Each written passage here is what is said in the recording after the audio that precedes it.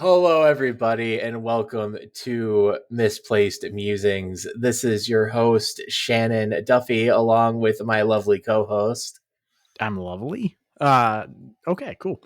This is Brian Cowan, the lovely Brian Cowan. You are lovely. I'm sure when you make sure to put wax on your head, you shine brightly like a diamond. That's rude. That is a slur against bald people, sir. I have never uh, waxed my head.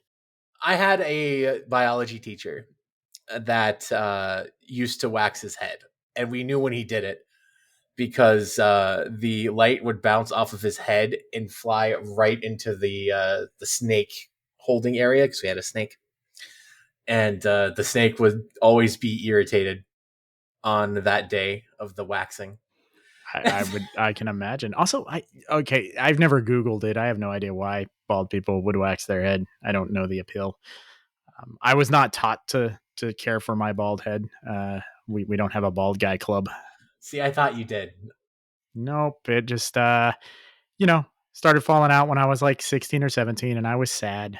But I was also like, I'm not going to be one of those people who like just doesn't cut their hair because they refuse to let go. And, I have like the bald up top, but the normal hair on the sides. I'm not doing that. And I'm not doing a comb over. So True.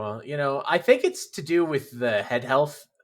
I think they put the product on their head to help keep the skin nice and I and could see smooth. that. And, it's vulnerable up there to the elements.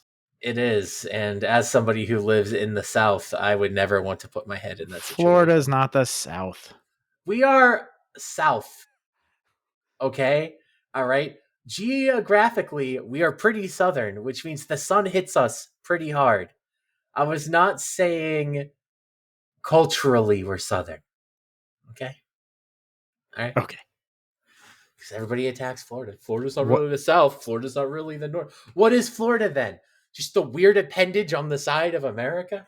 Yeah, I, you just described it. What are we so actually supposed to be talking about today? Well, today we're going to be doing our first Game Club segment where we're talking about Gotcha Force. We are off to a great start. Absolutely.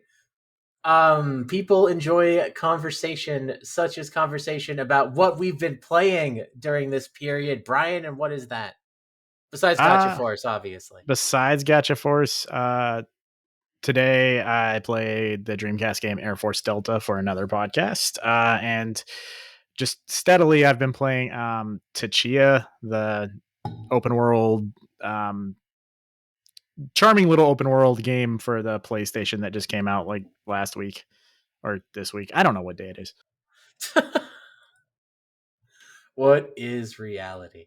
But how have you been enjoying that? You've been saying some pretty good things about it, yeah?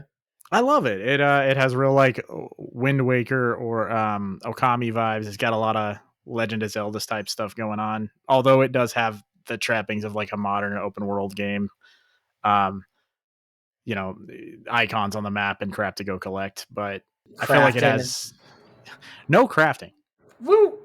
No crafting, yeah. There's there are collectibles, but not to the degree of something like an Assassin's Creed or Horizon or something. It's closer to Zelda than it would be to one of those, I would say. There are little side activities. I didn't even tell you about this. A lot of the side activities are little rhythm games to do with the character's ukulele or doing dancing or something along those lines. And you do have the option to have the computer just auto take over and do it for you. Those Or with you no can rhythm, just participate. watch. Yeah. And your ukulele, there are tunes you can learn that do different effects. Like it really has a lot of Zelda DNA. That's awesome. And for ukulele, you don't mean the lizard and bat combination from the video game. You mean the instrument. I do. I mean that was terrible. I mean the instrument that the chameleon from said game is named after. Listen, I know my joke was horrible, but I wanted to make it anyway. The small guitar stringed guitar like instrument from the Pacific Yes. Islands. So wonderful. You've been playing anything else? Uh, crappy mobile games that I always play. Excellent. Yeah. Other than that, those. I have a lot of stuff on my list to check out, but no. Those are the only ones I have played Okay. So recently. I mean, what are we calling recently? That's the kind of last two subjective, I guess. weeks. So that yeah, the last 2 weeks it's been pretty much those. I installed Neo the World Ends with You, but haven't started it. I was Mhm. gonna install Ghostwire, but the PlayStation Store was like, actually, you're not. Have you ever had an issue with getting a game or installing a game, and then you Google it, and like nobody else mentions having an issue, so you're just like, I feel like the internet is gaslighting me because I'm like, it cannot possibly just be me.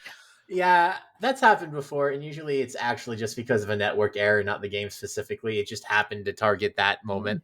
It was so weird. Like, so it was announced as one of the games joining the Right. PlayStation Plus Premium collection. So the day that I go and I look, and it's got all the other games that were mentioned, but no Ghostwire, and I'm like, weird. And I'm like, well, whatever. And so I Google it, and everything's like, yeah, that's being added. And then I go to the web-based PlayStation Store, and it's there, and it shows it's included in my subscription. Then I go back to the PlayStation Store, not there. I go to the normal PlayStation Store and search Ghostwire, and it's like no results found. No results found. And Oh, I'm like, jeez. I do not understand what is happening. And then I just gave up. That has happened to me with games that go on PS Plus on occasion. I'm like, apparently I don't have access to this. I mean, Well, and I was like, maybe I can add it to the web store, and then it'll be in my library. But then when I went to sign into the web store, it kept just giving me like server communication errors. good old Sony. Always been real good with that. Yeah. And I, security, I too. I am a Sony fanboy, but I will never tell you that the infrastructure for their PlayStation Store is as good as Microsoft's or Steam or anyone. It is the worst. It's pretty bad next to Nintendo, I think. Those two. Like, just I remember back in the day, it was so hard to add like a credit or debit card to your PlayStation account. It would always be like, check your information again, and I'd be like, it is. I'm looking at my bank statement. I know this information is correct. Take my card. Like, and then I would have to buy a PlayStation gift card to get points or whatever because I just couldn't get them to accept my card. That's probably better for you, to be honest, considering Yeah. how many times did they lose the stuff? Twice? Yeah, and I mean, to be fair, these days, who hasn't been hacked or breached or whatever? But yeah, protect your information, everybody. Woo! Don't have your don't use the same don't make your own password and use it, everywhere. Yeah, don't do that. They have plenty of good password organization tools And use nowadays. two-factor authentication because that's even better. 2FA. Yes. Can't even, with the rise of AI, whatever, we're not going to be able to trust anything and whatever. Everything is going to go towards AI. Yeah, Chat. we can segue that. Well, actually, you haven't even got to talk about. I was going to segue that into the game we were talking about, but Just you skip haven't. over me. That's No, fine. yeah. Yeah. People probably want to know what. Well, I mean, people can assume you're playing everything because any given week you play like 16 different games. Yeah, because unlike one of the co-hosts, I actually like video games here. Oh my god, No, I have been playing a few. I've been really into Triangle Strategy. That game has been wonderful. Really into tactical based stuff in general, the Fire Emblems, the Tactics Ogres, etc. And Triangle Strategy definitely is more of a Tactics Ogre influenced game. You have decisions that affect the plot to the point where you have different missions. You also have an invisible metric that you can't see until you beat the video game that affects things. And while I love Ogre Battle, I hate that that's a mainstay of Ogre Battle because I can't see what's happening, which means I can't adjust what I'm doing to get what I want, which is the that's point, fantastic, but and I it's love that awful. it's antagonistic towards you because it prevents you from optimizing. Yeah, which is awful. I want to optimize. That's how I have fun. I have fun by optimization. All these people that are like, just experience it. Pansies, get out of here. Go hug a tree. Uh, Wow. any, anyway, I've been playing that. Dead Cells DLC because it's Castlevania themed, and it just proves the point that the composers for those old tracks are better than most people currently in the game. Because I wish I could just have them playing instead of Dead Cells soundtrack the whole time.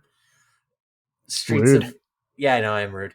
Streets of Rage 4 had an update. I've been playing that. They nerfed Shiva, so you have to have a brain cell to actually play the game as the character. I'm kind of sad I can't just air infinite things anymore, but say la vie. And I've also, one of my favorite games I think I played in the last 5 years, which I need to get back to, is Pizza Tower. Pizza Tower's great. What It's is Pizza Tower? Because my only experience with it is you saying I'm playing Pizza Tower, and then I saw somebody made a Pizza Tower mod for Sonic Mania. wonderful. Pizza Tower is a platformer that pulls from the Wario Land series. That's its main inspiration. It's an indie joint made by, I think they just call themselves Team Pizza. And they have a game where you play Peppino Pasta. That's your character's Wow. name. And he has a failing pizza joint. When this tower pops out of the ground, it's the pizza tower. He can make money as he goes up it. And he's trying to do that and get out so he has enough money to run his pizza shop. Yeah, well, And that's how what things work, right? Whenever your absolutely, business is failing, a themed tower will pop out of the ground. exactly. And what How long till we have a podcast tower? podcast tower? That'd be fun. Just a whole bunch of middle-aged white guys sitting in a room Oh talking. God. So the gameplay loop is pretty simple. You go through levels. You like the WarioWare games. You don't die by getting hit. What happens is your combo gets hit and your score goes lower. The idea is to try and get the highest score you can while collecting items to get you money. And the movement in the game is beautiful. You have a really nice dash. You have wall jumps. You have all kinds of movement options. And part of the beauty is, you know how those games have after images when you start moving a certain speed? Mm-hmm. This does as well, and it's in the color of the Italian flag. Oh my goodness. Yes, So this respects the origin of pizza. it does. Uh, the art's wonderful. The soundtrack is some of the best I've heard in a while. It's just a blast to play. It's a game that did not take off too much in to do. It didn't take 5 pieces of pizza. It only took 3. Mm. And that level of restraint is something I love to see in games, indie and otherwise nowadays, because everybody keeps trying to shove everything in a box, and the box is falling apart because too much stuff is in it. So, Yeah. but Yeah. Keeping things simple. yeah, but you like complex stuff, right, Brian? You always want like more stuff in the games. Not okay. So I can appreciate both. I do like. I tend to love games where it feels almost like what is that saying? Like everything was thrown in, but the kitchen sink. Um, I like stuff like that in certain genres more than others. So, like you brought up TRPGs earlier. Games like Disgaea. One of the reasons I love it is because it just feels like every entry they're just like, what more can we slap onto this? What other little system, a little way of leveling, a little customizable thing can we burden this game with? And But I what's another innuendo joke we can put in, and what's another digit we can add to the end of it so it's even bigger when you hit something? but I can appreciate simplicity as well. Sometimes it's one of those things where it's a game by game basis. There are some games where I'm like, this game has none of that complexity, but I love it. And there are other times where I'm like, this game is overly complex and I love it. So just That's fair enough. I happen to think simplicity is a dying art in modern video game design, so I tend to defend it a little bit and be more in that direction. I don't mind something complex here and there. I enjoy it. I like Saga. I like things that have weird obtuse systems, but I think there's so much focus on making like a big blockbuster and the next thing that wins the game awards and what's the video game that's going to make people say it's art? They focus so much on making a damn movie out of it that you don't actually get an enjoyable product at the end of the day. I know people love stuff like Horizon and God of War, but those games to me are indicative of a trend I don't like, which is moving in the Hollywood direction. Well, there's The, also, I was just going to say, for complexity's sake, I think it goes back before that where they started figuring out that, like, if they add RPG leveling systems and skill trees to things, and if they add crafting systems to things, and if they add relationship or dating mechanics to things, all of a sudden, it's little things they can put on the back of the box to sell games better and keep people playing for longer, especially the RPG elements. A lot of people like that. That's why things like Call of Duty and other, stuff have those. It's not just to add more value to the game. It's the fact that if you have a system where the more you play, the higher your numbers go, it makes people play for longer. yeah, that's fair. It keeps them engaged, and things like gotcha mechanics are a huge part Is that your segue? of. You ruined it. You are a son of a gun. I was Our absolutely. PG-13, or no, you can say bitch in a PG-13. Our PG podcast, son of a gun. Yeah, I was so upset. I was ready to go. Anyway, the game's gotcha force. Let me tell y'all a little bit about it. Here we go.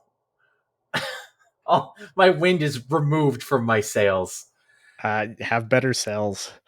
My Sales? sails were fine. You just don't like segues, and so you They're ruin they're them. just fun to poke fun at. I'm sad. Feel free to poke fun the next time I do one. I'm gonna cry. Anyhow, Oh, Gotcha Force is a video game released for the Nintendo GameCube in 2003.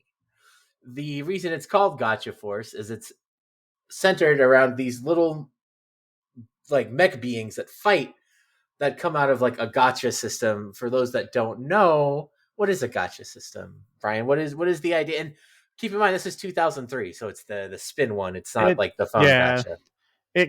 It comes from everybody these days will associate it with things like what Genshin Impact and Mm-hmm. mobile games and loot box type mechanics, which, you know, yeah, basically. It kind of goes back to this stuff in Japan with capsule games. Which this definitely takes from that because these little things Mm-hmm. pop out of capsules. Uh which, it comes from the idea of those like kind of coin machines that some people may remember where you'd put a quarter in and you get a little capsule with a toy in it. Those were popular in Japan, and they started making that a mechanic in games back in like the NES and Super Nintendo. And then somewhere around this time, actually, with the rise of like mobile and that generation of games, developers started figuring out,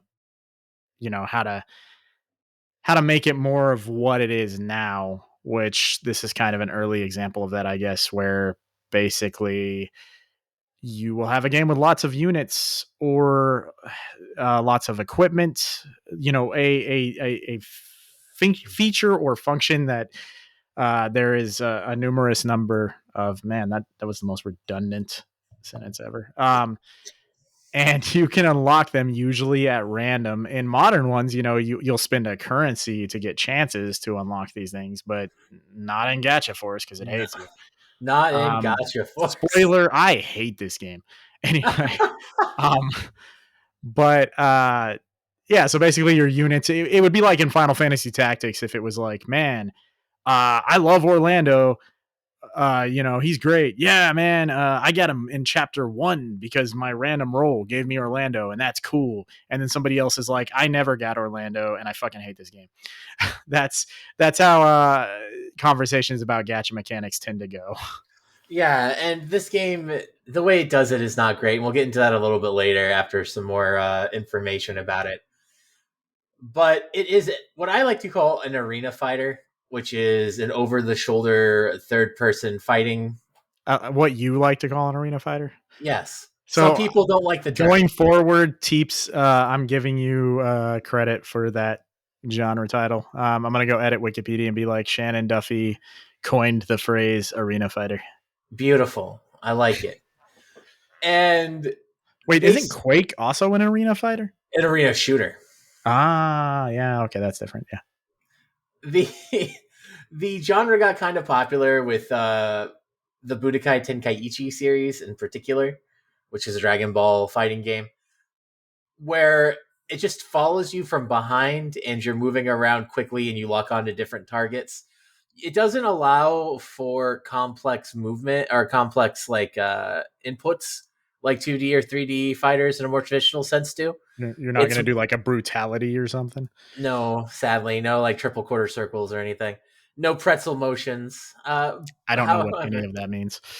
quarter circle forward is down, down forward, forward. It's the fireball motion. Ah, A pretzel motion specifically is an SNK motion input that's famous.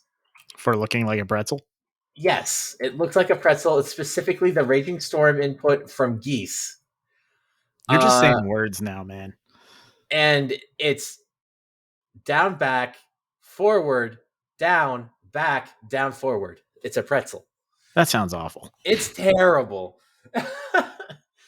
They balance it by making the move incredibly good, but we can go into fighting That game sounds like a great terminology way some to other end up time. with like a bloody raw thumb and a broken controller. Some people just do a 720 motion and call it a day. Ugh. Uh, but none of that here. It's all holding forward and jamming on your shooting button. Yeah, this is the incredibly that as you said earlier, there are like when we were talking before the episode, there are like three moves. Mm-hmm. Some characters I think only have two. I don't know. Yeah. Some of it's contextual where like when you're closer, it'll do a different move. But really you're just doing the same moves and just hitting the same two buttons. Ugh. I hate this game. Over and over. And what's interesting is the pedigree of the game, right? It was produced by Capcom. And the people behind it were Yoshihiro Sudo, who was the producer, who is known for games like Marvel versus Capcom 2, Capcom versus SNK 2, Capcom versus SNK 1, the Street Wow. Fighter 3 port in the Street Fighter Anniversary Collection. So he's behind a lot of stuff. He also helped along with Link to the Past and Four Swords. Oh. So he was You part know, of that. I will say based on the story and Mm-hmm. the writing and the overall style, I get the impression this was made for a much younger audience. Yeah, absolutely. So, I guess that if you want to use that excuse to excuse its simplicity, I guess you could be like, this is baby's first arena fighter. God, it just so the audience can have an idea. This is like you took something like Gundam Breaker or Power Stone or Virtuon, and you took like a kid's collecting anime like Metabots or Pokemon, and you put them together, but as simple as possible. Yeah, for sure. And to finish up It's a lot like on, Metabots, actually. it is similar to Metabots. Not like the games. The Metabots games are very different. But to finish up this little section, another name that was fairly well known is I'm going to butcher this, but Atsushi Tomita. And he was around Capcom starting in 1994, cut his teeth on making some fighting games. Marvel Superheroes and X-Men Children of the Atom were the first games he helped with. And then his first lead designing game was X-Men versus Street Fighter. And then he basically went on to make MVC 1 and 2 and a bunch of other fighting games. He also helped design Strider 2. And then he eventually ended up making Gotcha Force in 2000, or helping make Gotcha Force in 2003. So what you're telling me is if life ever puts me in the same space as either of these people because of their pedigree, I can be like, what happened? Like, what? Why did you make this game the way you made? Explain yourself. Well, part of it was the first game he ever made that wasn't already made, like, or a sequel. It was the first Ah, game he had full control over, which could lead to part of what happened. And the thing with Gotcha Force is, now that I've kind of went over the fact that it was made by a good team. It was made by a very strong team from Did you mention Capcom, how and laboratories? I was about to get, and it was done in an engine that was made by HAL Laboratories. The legendary HAL Laboratories. Ooh, yes. The reason I haven't called it is Cis Dolphin engine. There you go. That's not too bad. And all of this, you would think, wow, this game is going to be really good. And the person that made the music made music for Monster Hunter and the Mega Man Star Force games. I can't even remember any of the music from this game. And well, that's because you couldn't hear it. And we'll get to why all those noises were getting in the way. Ugh. But if you guys have not noticed by how often Brian has been crapping all over this while we're trying to talk about the history of it, we both did not enjoy Gotcha Force, and Okay. it was not the best experience that we've ever had. So people who know me know that I don't actually usually shit on games. I tend to play devil's advocate. I'm very in the middle. Oh, every game has, you know, something good about it. The thing is, this game club, having to play through this game in a set amount of time, which this game's like, if you rush through it, it's like a 10 to 12 hour game.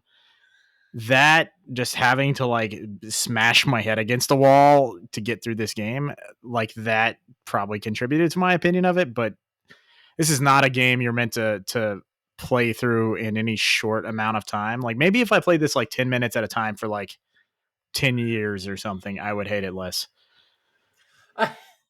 Maybe I honestly believe that the issue with Gotcha Force is it's a decent idea, and mechanically they could have just added a little bit more depth. It's the positives. I'm going to say the positives real fast. The positives are the game pops. The design of the gotchas are actually pretty good. Oh, we The forgot to mention they're not called gachas. oh These are called Borgs. yeah, Gacha Borgs. gotcha Borgs, yes. Borgs, yes. And well, we could actually, before we go into tearing it apart, there's one more thing. We can talk about what the plot is. Here it is. There are these things called gotcha Borgs that kids can fight with and play with. And then there's this evil group. They are that are all gotcha Borgs. They're called the Death Force. And then your main character, whose name is Ko, finds a gotcha Borg named G Red and makes the Gotcha Force with his friends in tow. Ko and G Red are going to try and defeat the Death Force's leader, the Galactic Emperor. Which I was kind of confused on whether or not in the game, like he seems surprised when he first runs into G Red or whatever, and G Red's like intelligent, and I'm like, so are these things not supposed to be intelligent? Like, are they just toys? And so he's like, oh, you're more than a toy. But then it seems like they're all more than a toy. So I don't know what's going on. Yeah, and then there's some that look like they're not, and then there's some of them that are just like an eye with wings. There's all kinds of stuff going And the on. cast is all children. And another, like, I know we're supposed to talk about it more before we get into tearing it apart, but I just want to say, like, everything I just said aside, the thing that drove me more insane than anything else in this game is it has the worst voice acting I have ever heard. It's up there with a couple games. These are obviously actually children that they got because all the characters are children, and they got actual children to record these lines, and they are so awful. They're I'm, very I'm gonna bad. put some in this episode somewhere just so people can hear this. Oh, get one from the healer girl. That she's terrible. She's the Ugh. worst. And yeah, no, the voice acting is not great. A lot. All you could tell, most of the money went into how the game looked and the movement and things like that. Because despite all the complaints, the movement's not that bad. But to finish off the just like the objective, this is what the game's about part. That's the story. That is it. And the gameplay loop is you have this big map that is in quadrants that you just move along, right? It's not even like a 3D map. It's a 2D map where you just go to each location and click Yeah, on it, and then a fight will start. And the which entire gameplay loop is an exclamation point pops up. You fight a big wave of creatures, and you have to eliminate their points. You have an amount of points that you get based on how many gotcha Borgs you send out. So what happens is, say you have 1,300 points, you have Borgs that cost 1,300. As they die, you'll lose the amount of points that those Borgs are worth. When you hit zero, you lose. Every single map is just fighting that, except a boss map where you have to reduce the people until a boss spawns, and then you kill the boss, and then you're good to go. And that is the entire gameplay loop. The only thing that breaks it up is randomly, by the way. It is not every so often. You can't buy them. It's not every 6 fights.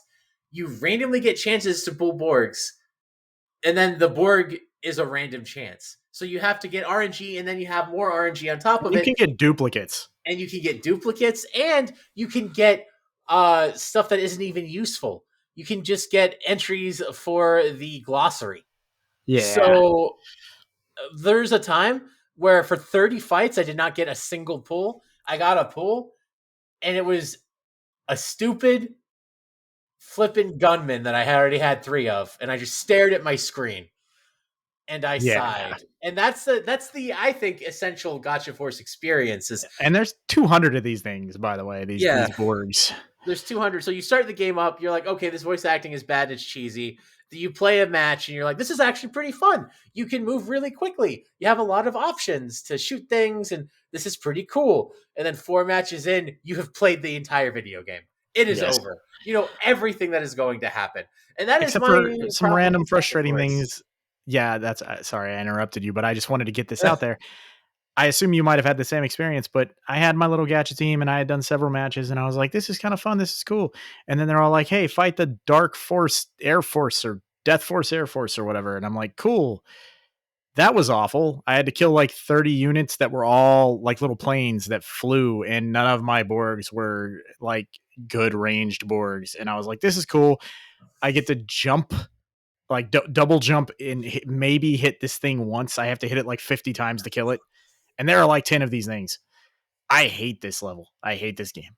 Yeah, and my favorite part is I did one of those levels with my pure melee team, and I just sighed and spent a long time jumping in the air and swinging my swords. I will say a cool thing about the game, because there are things. I think some of the Borg designs are cool. And the level designs are cool. I love they all take place as you're going through these neighborhoods. It'll be like in someone's living room or a playground or a storefront or whatever. And these things are toy sized, so you're fighting like among books or on tables or by trash, stuff like that. And that's cool. I like that kind of stuff. Like it feels like levels out of like Army Men or Toy Commander or something. Yeah, I enjoy the concept. You know what else did something very similar to this and isn't terrible? Gundam Breaker. Gundam Breaker, but more of a contemporary for Gotcha Force is Custom Robo. Oh Was yeah. also around that time for the GameCube and just a far better idea. The difference is in Gotcha Force, the Gotcha Borgs are all one unit. You don't edit them. Whereas in stuff Which like is Custom worse. Robo, you can attach different parts to your robot to make it better. And Which another is better. game, it is better. You're right.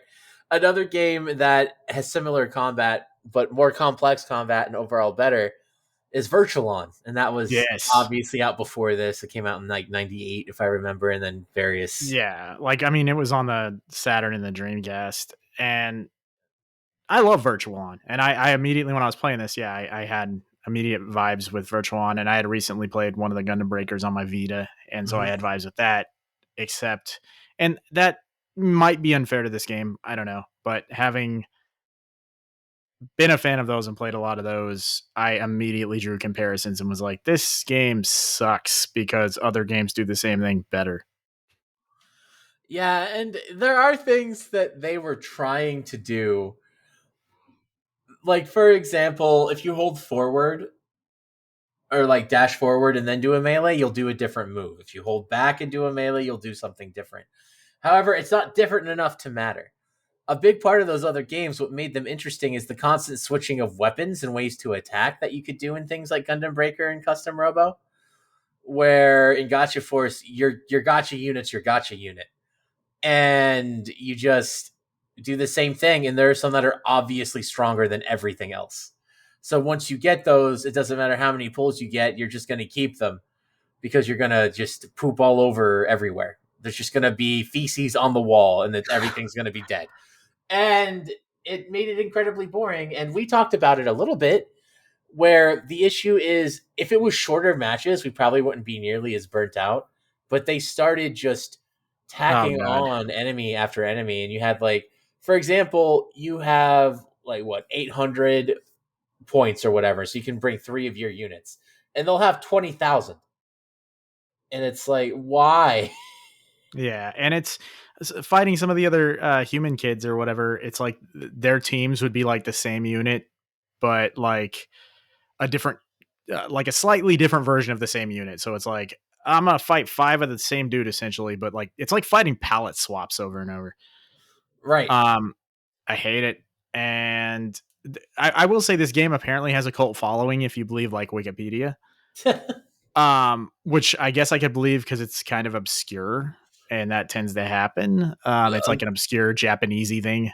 Yeah, there are groups of people that like to do use Dolphin and do little tournaments and stuff. I was gonna say the only reason I could justify that is if like if you were a kid and you got this on your GameCube and maybe multiplayer, like couch multiplayer with your friends. Because I've had games that suck except where I've had great multiplayer experiences with them. And so maybe that endeared this to people and we didn't really get to experience that.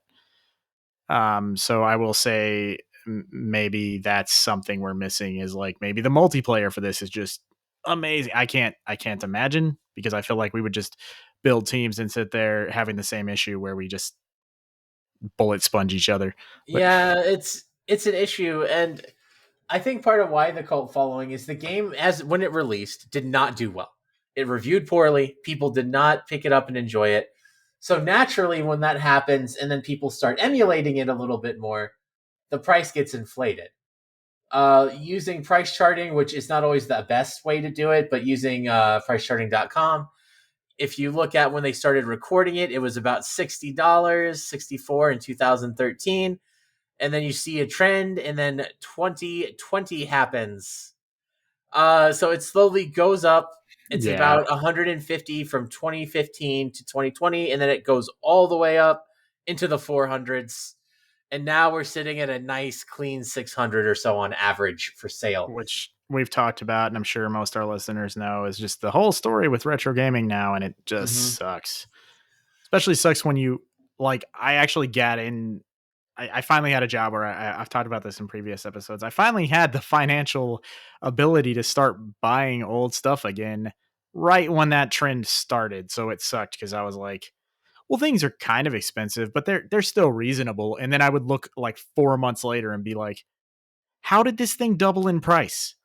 Like, It's you know, wild. And what's really funny is in the case of stuff like Gotcha Force, it's only because it's rare. And then a couple people started to play it and they're like, this is kind of interesting. I want it for my collection. So being released and not having a lot of discs left around and not doing well. So what happened is because it didn't do well, a lot of the product probably got thrown away or given out really cheap, and now there's not much of it left, and now everything is expensive. And yep. it's just it's a beautiful cocktail of the game's not great, but it's not bad, but it's so boring that I almost wish it was bad. Ugh. And it overall, I could not recommend. Um, I would give it 2 out of 10 tea bags. Tea bags. Uh, Yeah, I would do something similar. I was thinking about Virtual On, which when I played the Dreamcast one, I can't remember the little subtitle after Virtual On, but um, it plays similar, like you said. But the thing is, I would never play that for like 20 hours. I would play little matches with my friends, and then it had basically like an arcade mode, like you would see in any other fighter, where you fought like eight computer controlled opponents in a row, and then you were done with the game. It wasn't like here play 12 hours worth of like super repetitive matches with some incredibly thin story attached to them. Like, no, it yeah, just does not justify its story mode. it doesn't. It's too long. It isn't done well. They don't make the maps varied enough. They should have had just like a simple arcade mode or a better story mode, but a simple arcade mode and then you earn points and you can spend them to get your little gacha boards. Yeah, you could just do pools. That would be beautiful. Just pay for them. It did have the edgy rival who keeps showing up and beating your ass that you eventually have to beat and joins your side because they're actually not bad trope, which Yeah. is always fun. And I mean, it's it's a trope for a reason. People like it. it is. So all in all, Gotcha Force do not recommend. Yeah, do not. Yeah. Don't So play this. Don't. Not worth your time. It's that is the worst condemnation I can give to a game is like there is nothing about that is worth your time. If you are curious, watch a YouTube video on it. That is a better use of your time. absolutely. But speaking of good uses of time, we're on to choosing our next game. Oh my god. Please be something like shorter or more engaging. I Warren, put FYI, I put Gacha Force on that list and I suffered for it. it's fine. I think it's just more engaging because the thing is, we can if it's long, we can just split it up over a couple of I'm weeks. hoping for something I can play on my Vita That or would be my cool. DS or something I can play not at my computer would be cool. All right. You ready to hit the button? Yes, All hit the right, button. let's do it. Bop. It's rolling. Da, da, da, da, da, da, da. And the result is Clock Tower. Yes. Oh All right. wow, like that's a PlayStation or No, Super Super Nintendo? Nintendo. Yeah, Yeah, the and you first of can the Clock emulate it, Tower. so you can play it on your Vita. I can. That is perfect. I could play that on my phone. Oh If I yeah. wanted. Yeah. If the phone has mouse options, like Oh, to emulate yeah. a mouse, it actually works really well for Clock Tower. That's awesome. Yeah, I'm excited. I've been a so people might appreciate or relate to this, but there's certain franchises where like I've never really played them, but I am semi obsessed with them. Like I've watched a lot of YouTube videos and read a lot of stuff about Clock Tower, Hmm. considering I've never played it. I know Yeah. it's one of those franchises that like has a cult following and Mhm. like had a big rise and then a big fall and is no longer relevant, but I'm excited.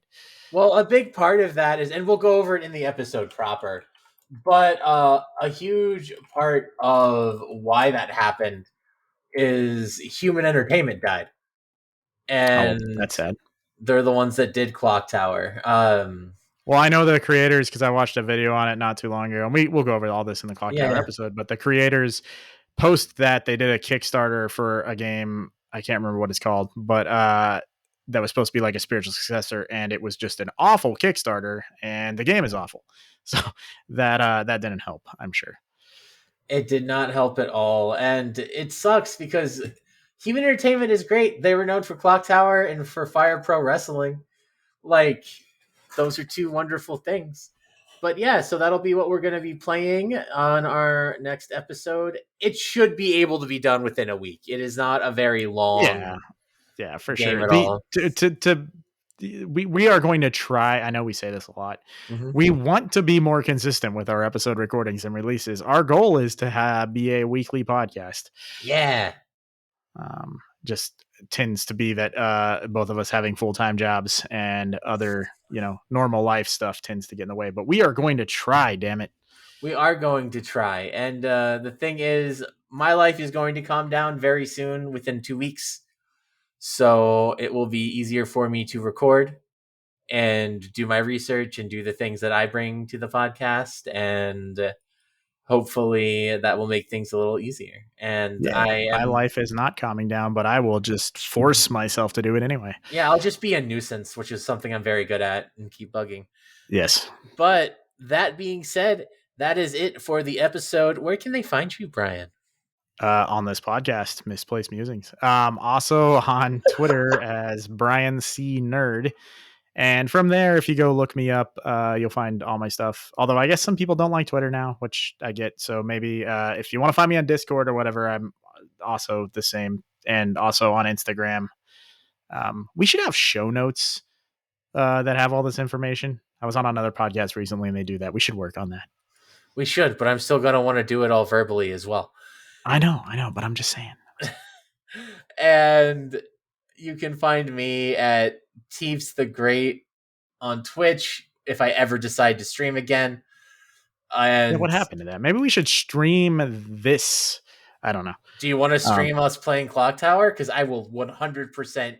Because I've already beaten it a couple times, so I would love to see you play it. I will sit down and do that if that is we something we you we wanted can to talk do. about it post this recording. However, if we do that, we will let people know. But you can also find me on Twitter at Teeps the Great as well. And that's pretty much all the social media I use. Awesome. So that'll be it. If anybody is looking forward to it, please play along. Otherwise, I think that's it for the day, Brian. Yeah. Until next time, we really need a like outro catchphrase. We do. Because I went into manager mode. I almost said, see you tomorrow morning.